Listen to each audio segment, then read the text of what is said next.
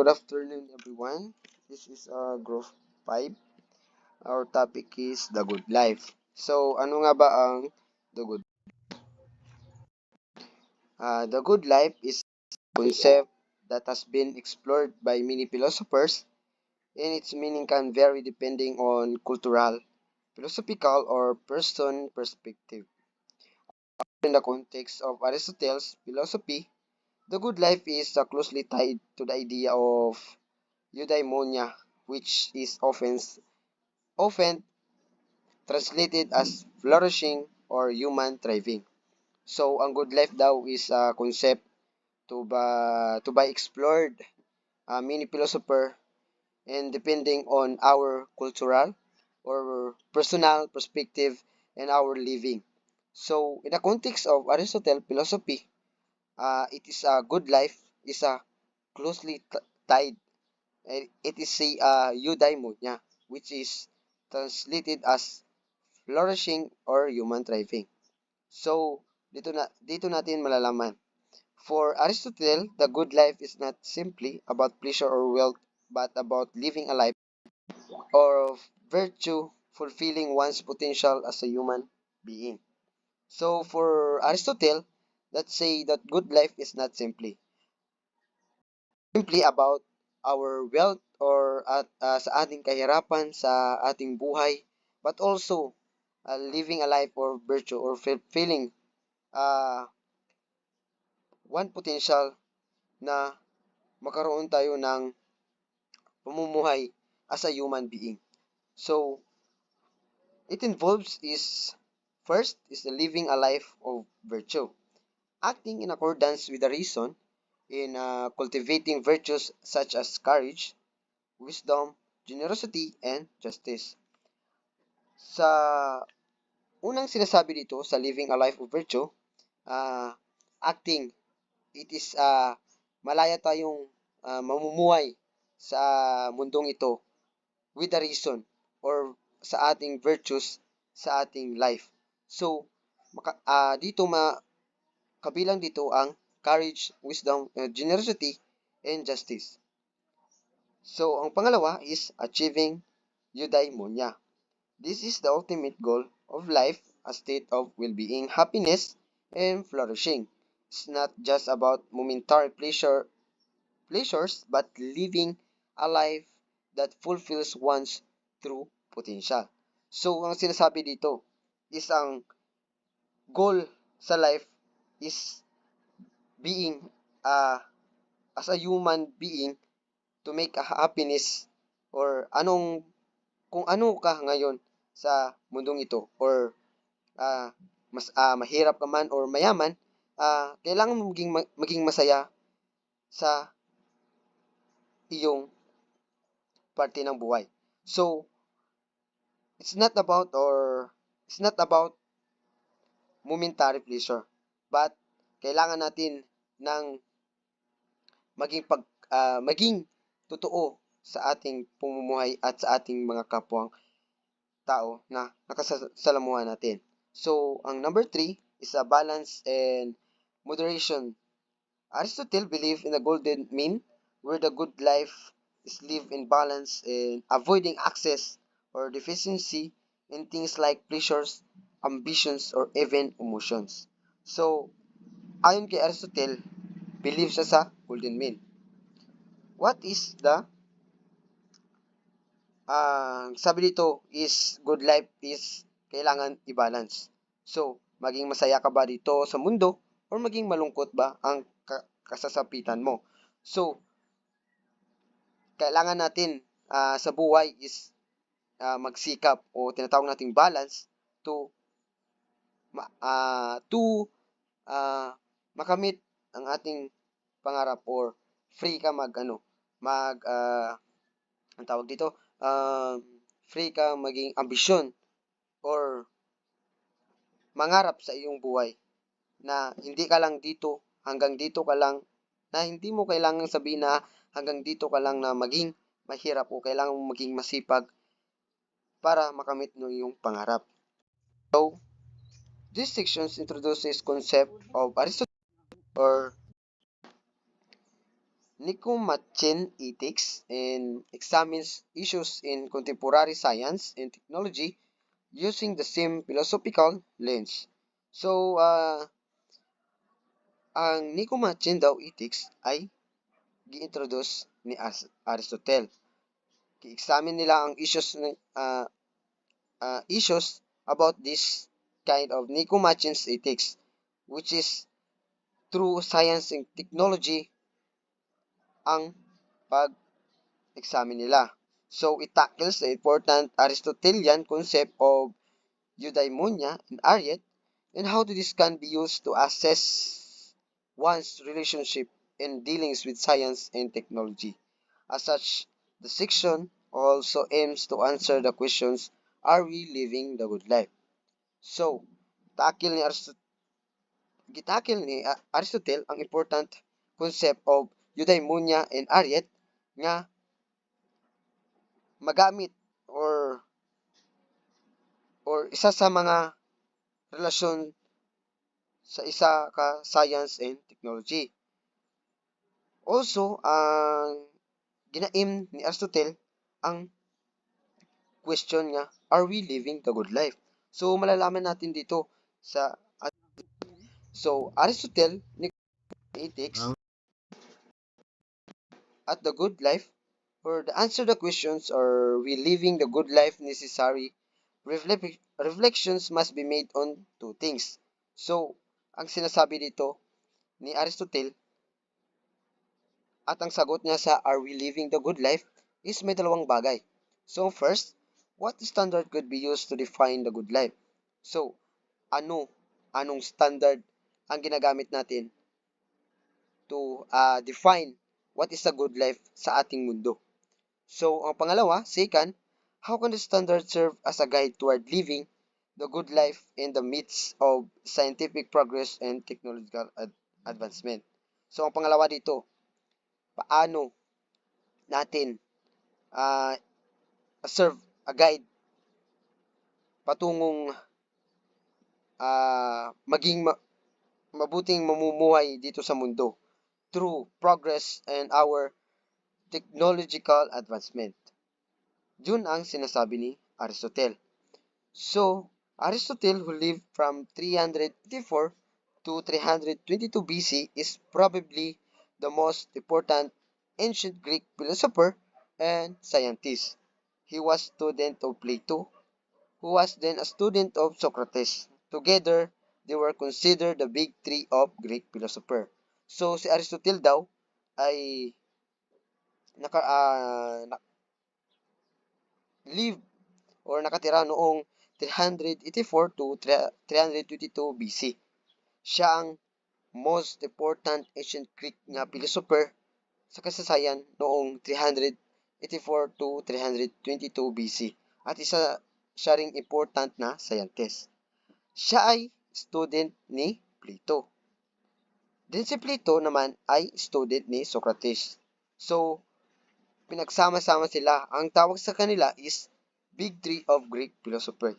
Sila yung pong tatlo na pinaka-importante na ancient Greek philosopher and scientist. So, Aristotle, Nicomachean Ethics is the fundamental basis of Aristotelian ethics consists of 10 books. Originally, they were lecture notes, written scrolls, when he taught at the Lyceum. The Nicomachean Ethics, abbreviated as NE or sometimes EN based on the Latin versions of the same name, is a treatise on the nature of moral life and human happiness based, based on the unique essence of human nature. The NE particularly useful is defining what the good life is. So, sinasabi dito sa Nicomachean Ethics ay based on your unique or nakatira ka sa mundo or sa human natures and paano mo malalaman yung moral life mo as being human and being ah isang mamamayan or isang tao na malayang mamumuhay dito sa mundo. Then, kailangan natin na maging masaya kung anong meron tayo ngayon. And this, ginagamit ang Nicomachean Ethics in define kung ano ang good life sa ating mundo. So, eudaimonia is the ultimate good. What then is the ultimate good? Ano nga ba ang ultimate good sa eudaimonia? Based on the contrast between two types of good,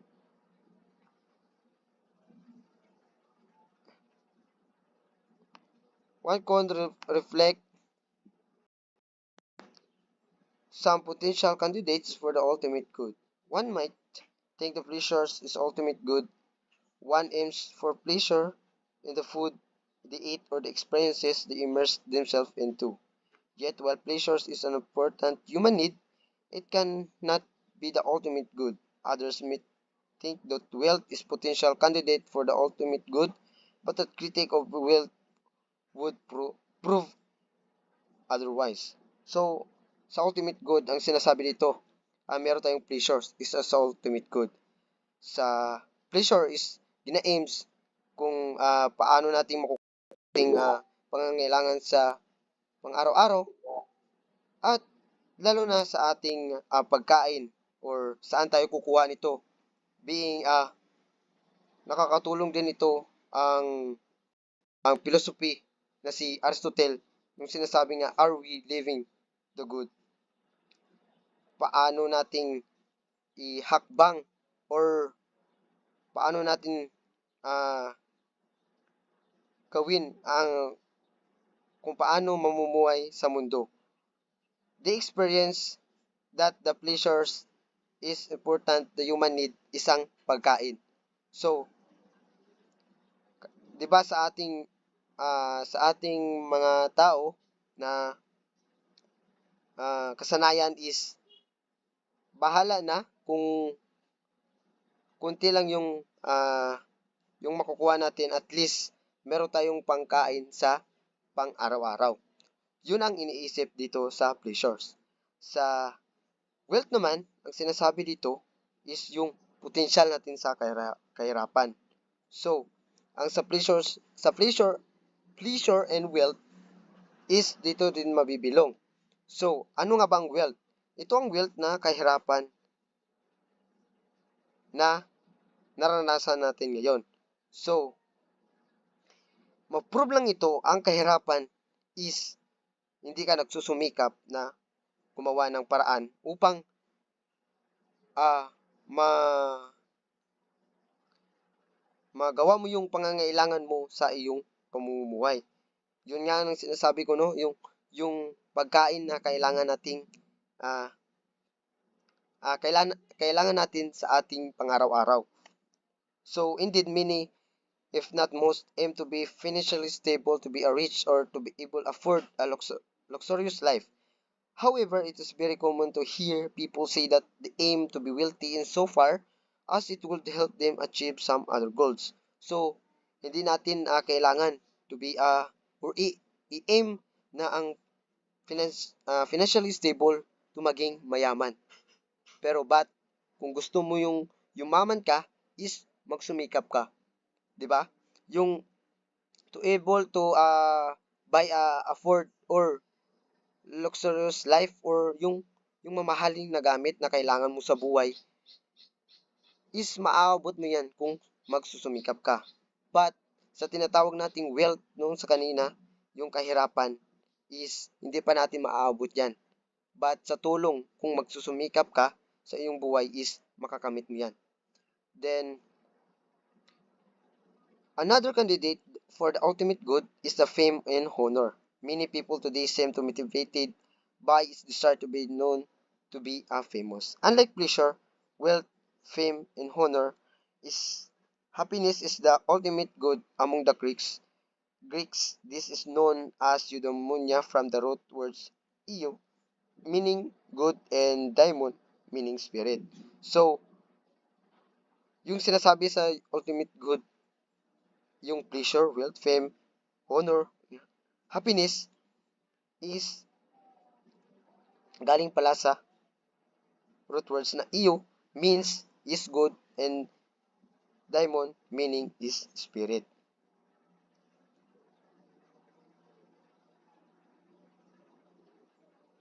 So, eudaimonia or uniquely human. Eudaimonia or happiness is unique to humans for its uniquely human functions. So, eudaimonia daw or happiness is kasanayan nating sa ating pamumuhay na maging masaya. Tulad sa atin, sa mga Pinoy or sa ating mga Pilipino na tayo ay kahit na walang-wala na tayo ay ah, karoon pa tayo ng maging masaya or hindi natin iniisip yung mga problema sa ating hinaharap sa buhay. So, good afternoon everyone. This is Growth 5. Our topic is the good life. So, ano nga ba ang the good? The good life is a concept that has been explored by many philosophers, and its meaning can vary depending on cultural, philosophical, or person perspective. In the context of Aristotle's philosophy, the good life is closely tied to the idea of eudaimonia, which is often translated as flourishing or human thriving. So, ang good life daw is a concept to be explored many philosopher and depending on our cultural or personal perspective and our living. So, in the context of Aristotle philosophy, it is a good life is a closely tied. It is a eudaimonia, which is translated as flourishing or human thriving. So, dito natin malalaman. For Aristotle, the good life is not simply about pleasure or wealth, but about living a life of virtue, fulfilling one's potential as a human being. So, for Aristotle, let's say that good life is not simply about our wealth or sa ating kahirapan sa ating buhay, but also living a life of virtue or fulfilling uh, one potential na makaroon tayo ng pamumuhay as a human being. So, it involves is first is the living a life of virtue, acting in accordance with the reason in cultivating virtues such as courage, wisdom, generosity, and justice. Sa unang sinasabi dito sa living a life of virtue, uh, acting, it is malaya tayong mamumuhay sa mundong ito with a reason or sa ating virtues sa ating life. So, dito kabilang dito ang courage, wisdom, generosity, and justice. So, ang pangalawa is achieving eudaimonia. This is the ultimate goal of life, a state of well-being, happiness, and flourishing. It's not just about momentary pleasures, but living a life that fulfills one's true potential. So, ang sinasabi dito is ang goal sa life is being as a human being to make a happiness or kung ano ka ngayon sa mundong ito or mas mahirap ka man or mayaman, kailangan mo maging masaya sa iyong parte ng buhay.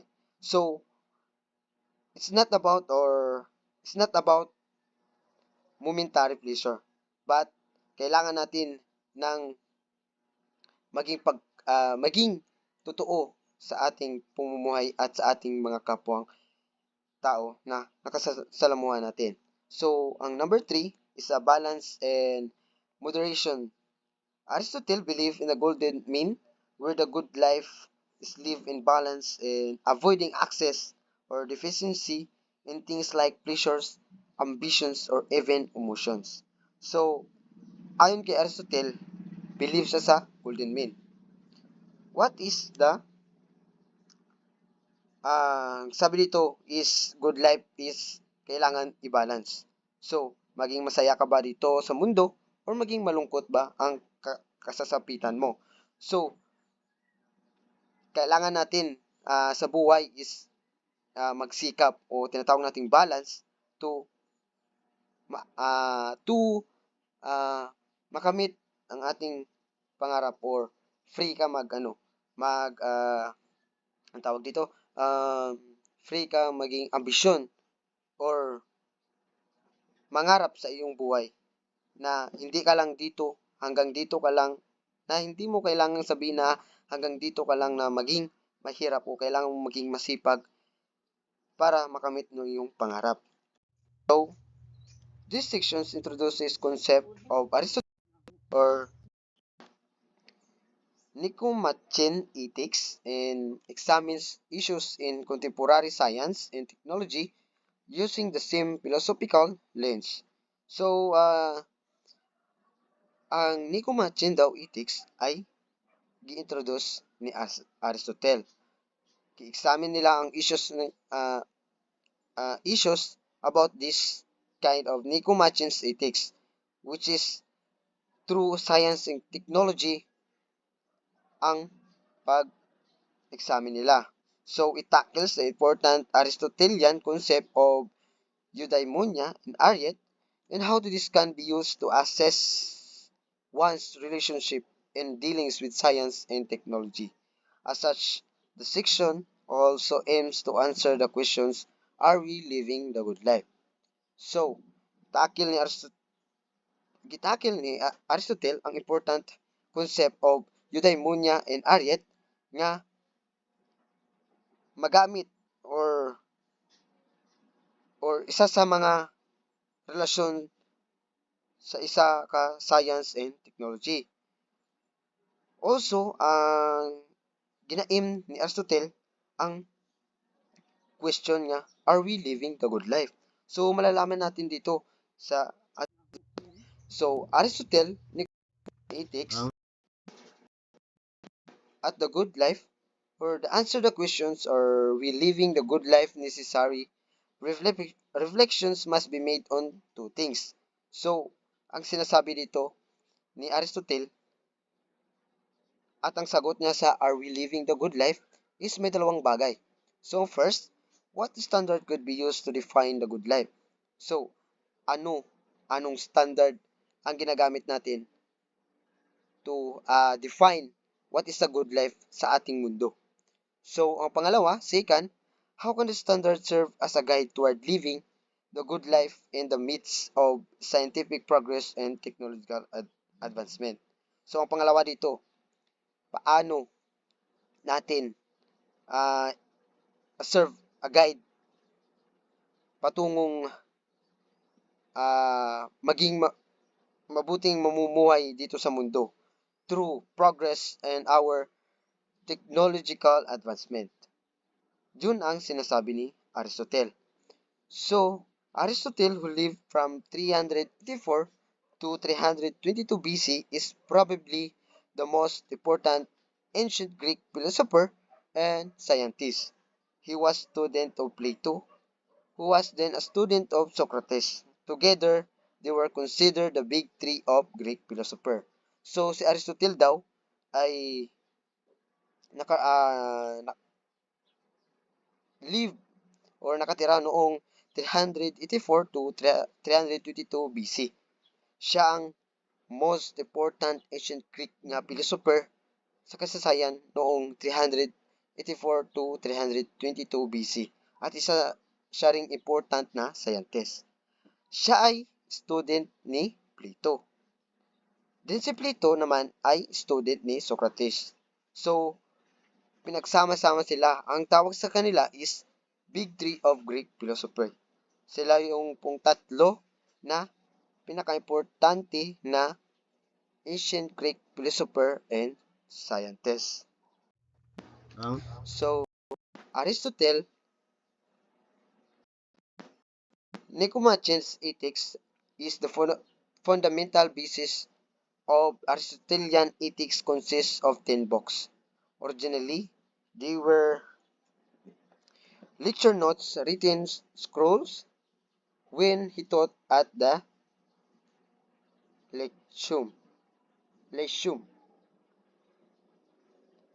The Nicomachean Ethics, abbreviated as NE or sometimes EN based on the Latin versions of the same name, is a treatise on the nature of moral life and human happiness based, based on the unique essence of human nature. The NE particularly useful is defining what the good life is. So, sinasabi dito sa Nicomachean Ethics ay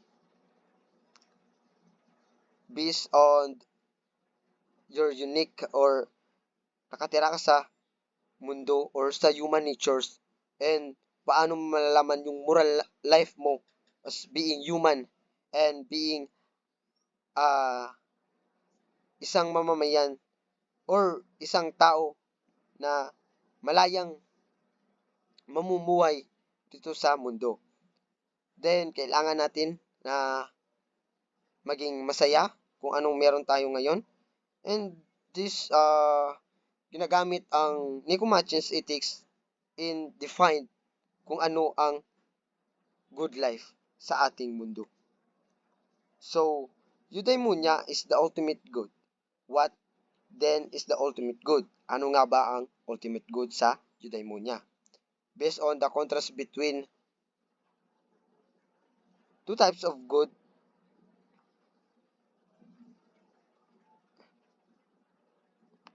one can reflect some potential candidates for the ultimate good. One might think the pleasures is ultimate good. One aims for pleasure in the food they eat or the experiences they immerse themselves into. Yet, while pleasure is an important human need, it cannot be the ultimate good. Others may think that wealth is potential candidate for the ultimate good, but a critic of wealth would prove otherwise. So, sa ultimate good, ang sinasabi dito, meron tayong pleasures is sa ultimate good. Sa pleasure is gina-aims kung paano natin makukuha pangangailangan sa pang-araw-araw at lalo na sa ating pagkain or saan tayo kukuha nito. Being nakakatulong din ito ang philosophy na si Aristotle yung sinasabi nga, are we living the good? Paano nating ihakbang or paano natin uh, gawin ang kung paano mamumuhay sa mundo. They experience that the pleasures is important, the human need, isang pagkain. So, 'di ba sa ating mga tao na kasanayan is bahala na kung kunti lang yung makukuha natin, at least meron tayong pangkain sa pang-araw-araw. Yun ang iniisip dito sa pleasures. Sa wealth naman, ang sinasabi dito is yung potential natin sa kahirapan. So, ang pleasure and wealth is dito din mabibilong. So, ano nga bang wealth? Ito ang wealth na kahirapan na naranasan natin ngayon.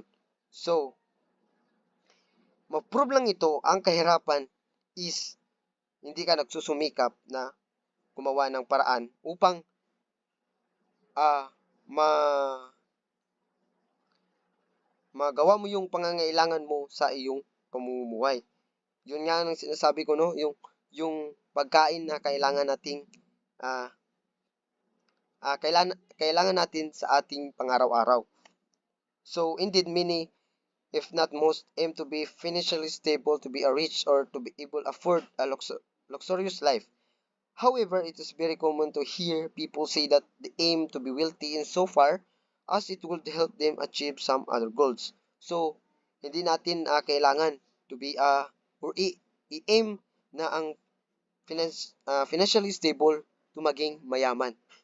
Pero kung gusto mo yung yumaman ka is magsumikap ka, 'di ba? Yung to able to buy afford or luxurious life or yung mamahaling na gamit na kailangan mo sa buhay is maaabot mo yan kung magsusumikap ka. But sa tinatawag nating wealth noong sa kanina, yung kahirapan is hindi pa natin maaabot yan. But sa tulong kung magsusumikap ka sa iyong buhay is makakamit mo yan. Then another candidate for the ultimate good is the fame and honor. Many people today seem to motivated by its desire to be known to be famous. Unlike pleasure, wealth, fame, and honor is happiness is the ultimate good among the Greeks. This is known as eudaimonia from the root words eu, meaning good, and daimon, meaning spirit. So, yung sinasabi sa ultimate good, yung pleasure, wealth, fame, honor, happiness is galing pala sa root words na iyo means is good and daimon meaning is spirit.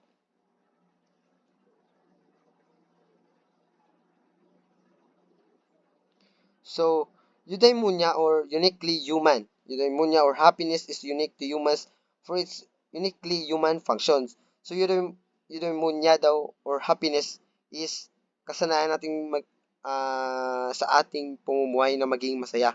Tulad sa atin sa mga Pinoy or sa ating mga Pilipino na tayo ay kahit na walang-wala na tayo ay ah, karoon pa tayo ng maging masaya or hindi natin iniisip yung mga problema sa ating hinaharap sa buhay. Good afternoon, everyone. My report is Ariete and Human Happiness. Ariete, a Greek term, is defined as excellence of any kind and can also mean moral virtue. So, Ariete this refers to the qualities that make someone a good person, and it is about being the best version of yourself, not just in skill, but also in character. So Aristotle divides this virtue into two types, the intellectual virtue and the moral virtue. So the intellectual virtue or virtue of thought is achieved through education, time, and experience. This virtue helps a person think, learn, and make wise decisions, and they develop through education, experience, and practice. The example of this is an artist who expresses his deep emotions through his paintings. So next, the moral virtue or virtue of character is achieved through habitual practice. Some key moral virtue are generosity, temperance, and courage. So these virtues shape a person's behavior and emotions. They develop through habit and repeated practices. So, the example of this is yung paggamit natin ng po at opo at magmano sa nakakatanda sa atin. Aristotle explained that although the capacity of intellectual virtue is innate, it is brought into completion only by practice. It is repeatedly being unselfish that one develops the virtue of generosity. It is by repeatedly resisting and foregoing every inviting opportunity that one develops the virtue of temperance. So, in short, good character is built through repeated action. You don't become virtuous just by knowing what is right. You become virtuous by doing what is right over and over until it becomes a habit. What then is the good life? Putting everything in perspective, the good life in the sense of eudaimonia is the state of being happy, healthy, and prosperous in the way one thinks, lives, and acts. The path to the good life consists of the virtues of thought and character, which are relative mediator between the two extremes of excess and deficiency. In the way, the good life is understood as happiness brought about by living a virtuous life. One could draw parallels between moving toward the good life and moving toward further progress and development in science and technology. In appraising the goodness of the next medical procedure, the new social media trend, the latest mobile device, or the upcoming technology for food safety. The good life is a state of being happy, healthy, and prosperous in one's thoughts, lifestyle, and actions. It is achieved through the development of intellectual and moral virtues, and by applying ethical and moral standards to science and technology. In this way, human can attain happiness and progress, not only in the terms of science and technology, but also in terms of being human. A good life is not just about having the things we want, but about having the qualities that strengthen us to become good and righteous. As science and technology advance, we must be careful not to forget the virtues that strengthen us to become good and righteous. By strengthening the virtues that makes us good and righteous, we must ensure that our pursuit of scientific progress and technological development aligns with our values and principles. Actually, a good life is about cultivating virtues that promote our well-being and the well-being of others, while being mindful of the impact of scientific and technological advancements on our lives and society. Halimbawa, ang isang tao ay may bertud na katapangan na siyang nagbibigay sa kanya ng lakas ng loob na harapin ang mga hamon sa buhay. Hindi siya nagpapatalo sa mga pagsubok, ngunit hindi rin siya nagiging sobrang agresibo o mapangahas. The development of science and technology should be guided by Aristotelian virtues and ethical and moral standards. In this way, the advancement of science and technology will contribute the development of humanity, not just technology progress. Halimbawa, sa paggamit ng social media, dapat tayong mag-ingat na hindi natin kalimutan ang mga epekto nito sa ating mga relasyon at sa ating mga komunidad. Dapat tayong magkaroon ng pag-ibig na mag-aalaga sa ibang tao at sa ating mga komunidad.